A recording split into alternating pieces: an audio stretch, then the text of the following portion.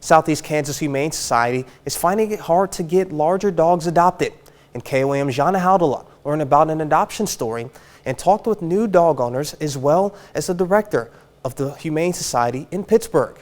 This little guy is Reno. He's been in and out of families in his life, and he has been living at the Southeast Kansas Humane Society. Now, Mary Weirman is coming to his rescue. They can't languish in there forever. It's hard on them when they're in a kennel all day, all night, and they're not really getting the interaction with people that they need. Reno's adoption story is a bit different than usual, as he's been to the Humane Society twice. He was back at the Humane Society for several months, so I think, he was probably feeling a little lost and, just wanting to be with a family. Jasmine Kyle from Southeast Kansas Humane Society says dogs are not just dogs. They have feelings, they experience trauma, and if they are returned to the shelter after their initial adoption, they know exactly what a shelter is. They got to experience what living on a couch was. They got to experience of going to bed at night with their family.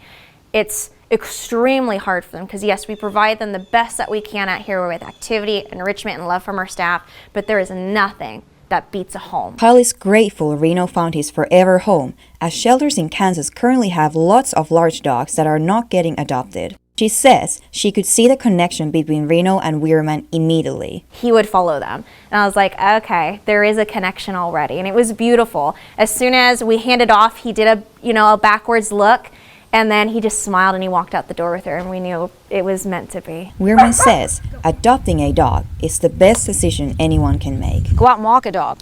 You might find that you really like having that partner, and you might change your mind. Change your mind and change one lucky dog's world. In Pittsburgh, Jana Haudela, KOAM News. Jasmine Kyle from the Humane Society says intakes for animals has sadly gone up 87%. She reminds every animal that gets adopted will give a space to stay for new intakes.